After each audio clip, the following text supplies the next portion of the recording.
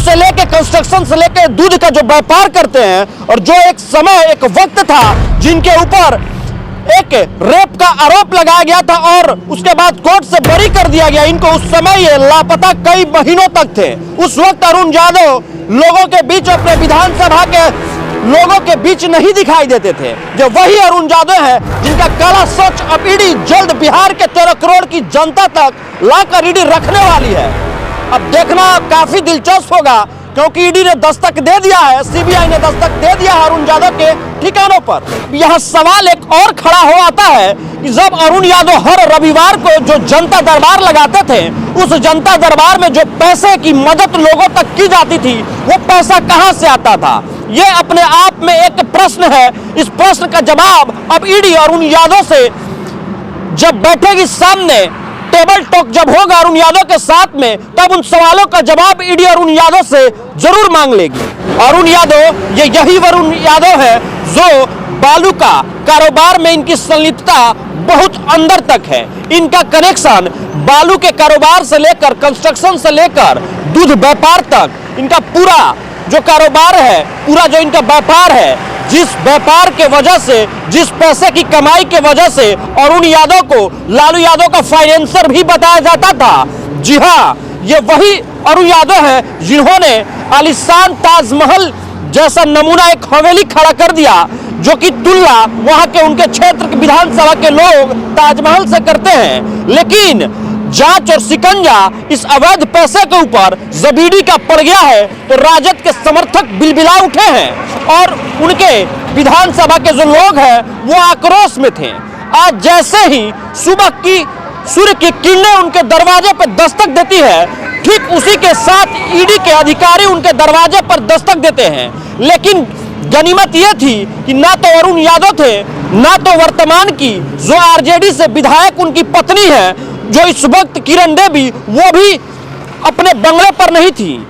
ED के घंटों कार्रवाई के बाद ईडी के हाथ में क्या लगा, यह सबसे बड़ा सवाल है। लेकिन कयास और आकलन ये लगाए जा रहे हैं कि आखिर इस तरह ईडी जब उनके दरवाजे पे इस ऐसे समय पर आई, ऐसे समय पर जांच उन पे ऊपर बैठाई जा रही है, जब 3 मार्च को पटना के गांधी मैदान में एक विशाल महागठबंधन की रैली होनी है। बिहार के लोकसभा चुनाव का शंखनाद भी वहीं से होने वाला है। तो वैसे में जो विपक्ष पार्टियां हैं वो बीजेपी के ऊपर आरोप भी लगा रही हैं कि जो बीजेपी है डराने की, धमकाने की जो कोशिश है ईडी के द्वारा, वो अरुण यादव के ऊपर कार्रवाई जो कर रही है, वो जो मनी लॉन्ड्रिंग का जो मामला है वो सरासर झूठा है। लेकिन अब जांच तो होगा, क्योंकि ईडी के शिकंजे से बड़े बड़े तुरम खान भी नहीं बच पाए हैं, क्योंकि जो अरुण यादव है उनकी गिनती बाहुबलियों में आती है। बाहुबली में नंबर 1 पर स्थापित भोजपुर जिले में और बालू माफियाओं में उनका नाम काफी माफिया गिरोह के जो लोग हैं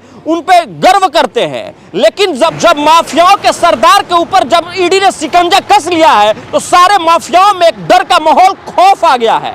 ये वही जिला है जो करोड़ों रुपया का राजस्व की जो चोरी ब्राडसन कंपनी करती थी बालू को लेकर, और जिसके नीचे से बालू के तस्करी का अवैध कारोबार धड़ल्ले से चलाया जा रहा था। क्या उसी का पैसा है जो अरुण यादव की हवेली में बनाने में इस्तेमाल किया गया है? जो कई ट्रक, कई गाड़ियां और कई ऐसे बेनामी संपत्तियां अरुण यादव के नाम पे बताए जा रहे हैं, जिसका आकलन और अंदेशा लगाया जा रहा है। और संदेश विधानसभा की जनता भी बताती है कि अरुण यादव के नाम से यहाँ के आसपास के जो लोग हैं वो खौफ खाते हैं। और अब यह सवाल एक और खड़ा हो आता है कि जब अरुण यादव हर रविवार को जो जनता दरबार लगाते थे, उस जनता दरबार में जो पैसे की मदद लोगों तक की जाती थी, वो पैसा कहां से आता था? ये अपने आप में एक प्रश्न है।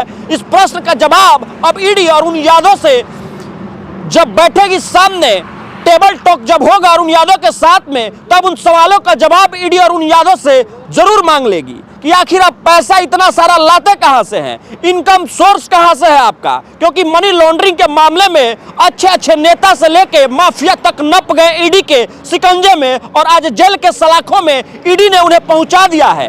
ये बिहार के अरुण यादव तो क्या, कई ऐसे जो लोग हैं जो बाकी राज्यों में जो अपनी माफियागिरी करते हैं, वो ईडी के शिकंजे से नहीं बच सके। तो अरुण यादव भी आने वाले वक्त में लगता है कि ईडी इन पर शिकंजा कसेगी और सलाखों के पीछे भेज सकती है, क्योंकि ईडी का आना अपने आप में एक रहस्यमय, एक डर पैदा करता है कि आखिर जब ईडी आ गई है तो बचना नामुमकिन है। क्योंकि ये हम नहीं बता रहे हैं, ईडी का इतिहास गवाह है कि ईडी जिसके दरवाजे पर दस्तक दी वो कभी बच नहीं पाया।